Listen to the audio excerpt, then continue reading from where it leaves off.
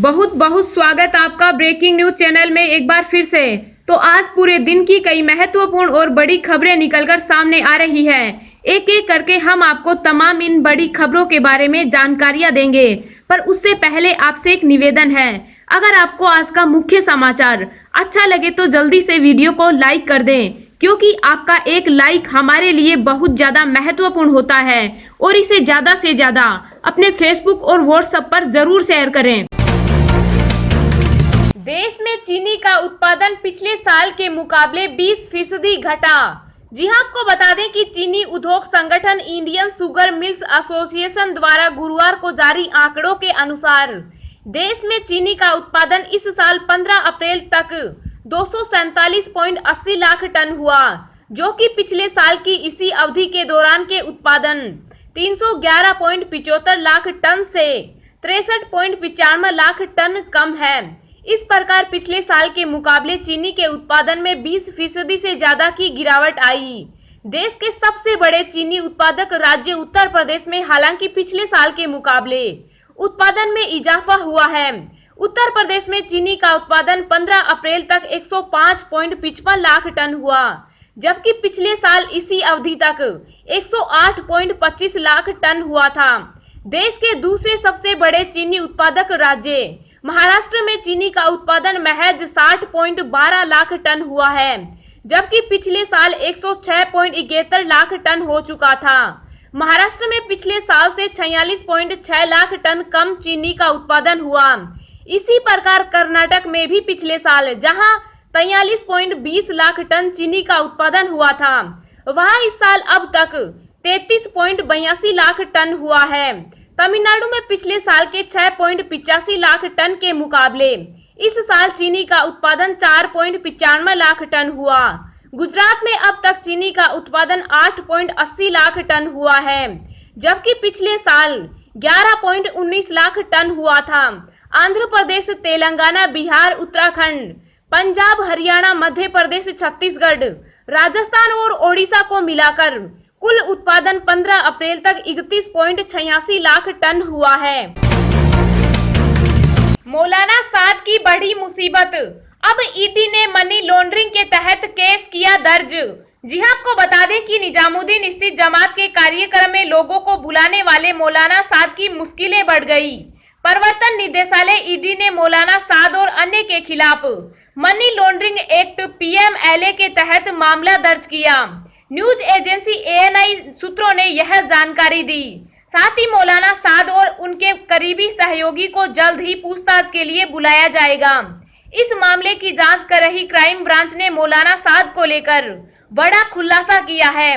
Crime branch के अधिकारियों के अनुसार इस आयोजन से पहले साद के दिल्ली में स्थित एक बैंक अकाउंट में अचानक विदेशों से बड़ी मात्रा में चंदे के नाम पर रुपए जमा हुआ। इस मामले में पुलिस ने मौलाना साद के CA को बुलाकर भी पूछताछ की थी और मौलाना से मिलने की बात भी कही थी, लेकिन CA ने कहा था कि मौलाना बड़े आदमी हैं और वे ऐसे किसी से नहीं मिलते। अब क्राइम ब्रांच को मरकज के ट्रांजैक्शन पर शक है और इसका हवाला कनेक्शन तलाशने में जुटी है। लोगों को भाषण नहीं, राशन देकर मदद करें, कपिल सिब्बल। जी हां, आपको बता दें कि कांग्रेस ने एक बार फिर प्रवासियों और गरीब लोगों की दुर्दशा को लेकर सरकार पर हमला करते हुए कहा है कि वे देशव्यापी लॉकडाउन के कारण पीड़ित हैं। पार्टी के नेता कपिल सिब्बल ने कहा कि केवल भाषण देकर लोगों की मदद नहीं की जा सकती। सिब्बल ने एक ट्वीट में कहा, हमारे लोग सरकार का समर्थन करने के लिए तैयार हैं, लेकिन सरकार को भी लोगों का समर्थन करने के लिए तैयार होना चाहिए। ये समर्थन लाठीचार्ज और भाषण नहीं, बल्कि राशन और जीवन यापन के लिए पैसा देकर काम करना है। कपिल सिब्बल ने कहा, हम सलाम करते हैं जो इन प्रवासियों और गरीबों को खाना खिला रहे हैं। गुरुद्वारे, मंदिर सामुदायिक सहयोग से चल रहे हैं। गैर सरकारी संगठन कांग्रेस 20 सितंबर तक गरीबों के लिए मुफ्त राशन की मांग कर रही है और सोनिया गांधी ने इस पर प्रधानमंत्री को पत्र भी लिखा है। कांग्रेस नेता राहुल गांधी ने बुधवार को सरकार से गरीबों को भोजन की उपलब्धता सुनिश्चित कराने के लिए आपातकालीन राशन कार्ड जारी करने की अपील की। ये प्रावधान उन लोगों के लिए करने को कहा जिनमें प्रवासी और गरीब शामिल हैं और जिन्हें PDS के माध्यम से राशन नहीं मिल रहा। राहुल गांधी ने बुधवार को एक ट्वीट में कहा कि यह अमानवीय है कि अनाज सड़ रहा है और लोग खाली पेट हैं। उन्होंने कहा, हम सरकार से अपील करते हैं कि इस कठिन समय में आपातकालीन राशन कार्ड जारी करें। यह उन लोगों के लिए होना चाहिए जो लॉकडाउन के कारण पीड़ित हैं और उनके पास अनाज नहीं है। लाखों लोग ऐसे हैं जो पीडीएस से राशन नहीं ले पा रहे, खाद्यान्न गोदामों में सड़ रहे हैं और लोग भूखे हैं। यह अमानवीय है। डोनाल्ड ट्रंप से गुहार, कोरोना वायरस पर हमले के मुताबिक चीन से मांगा जाए मुआवजा। जी हां, आपको बता दें कि कोरोना वायरस को वुहान की एक प्रयोगशाला में आनुवांशिक रूप से तैयार किए जाने का आरोप लगाते हुए इस जानलेवा विषाणु के संक्रमण से उबरे एक भारतीय अमेरिकी ने राष्ट्रपति डोनाल्ड ट्रंप से इस वायरस के कारण हजारों लोगों की मौत और अमेरिकी अर्थव्यवस्था को नुकसान होने के एवज में चीन से मुआवजा मांगने का अनुरोध किया। भारतीय अमेरिकी अटॉर्नी रवि बत्रा ने राष्ट्रपति को लिखे एक पत्र में कहा, कोरोना वायरस के कारण दुनिया भर में मौत का जो सिलसिला शुरू हुआ और जो पीड़ा हो रही है वह पर्ल हार्बर की घटना से भी अधिक खतरनाक है। उन्होंने लिखे पत्र में कहा, कानून के स्थापित नियमों के अनुसार चीन वैश्विक महामारी पैदा करने के लिए लापरवाही बरतने का दोषी तो कम से कम है, जिसने परिवारों को तोड़कर रख दिया। उन्होंने कहा कि लापरवाही बरतने के लिए तो कम से कम चीन को मुआवजा देना ही होगा। यह कोरोना वायरस से संक्रमित पाए गए हर अमेरिकी के लिए $10 लाख, इससे जान गंवाने वाले अमेरिकी के लिए $50 लाख तथा अपने घरों में सिमटे प्रत्येक अमेरिकी के लिए $1 लाख से कम न हो। चीन पर कोरोना वायरस के असल स्रोत को छिपाने का भी आरोप लगाया जाए। पाकिस्तान के विदेश मंत्री ने चीनी समकक्ष से की बात, कर्ज से राहत में मांगा समर्थन।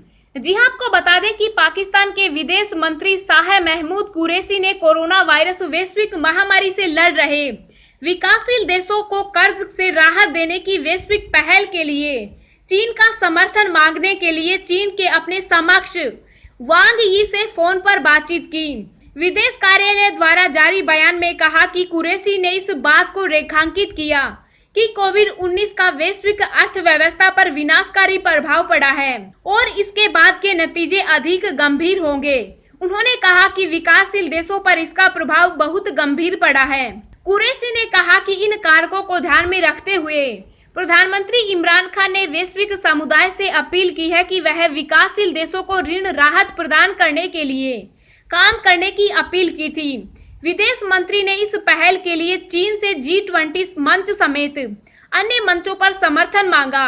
G20 देशों के समूह ने दुनिया के सबसे गरीब देशों को कर्ज में अस्थायी राहत देने की घोषणा की थी, क्योंकि वह कोरोना वायरस से निपटने के लिए संघर्ष कर रहे हैं।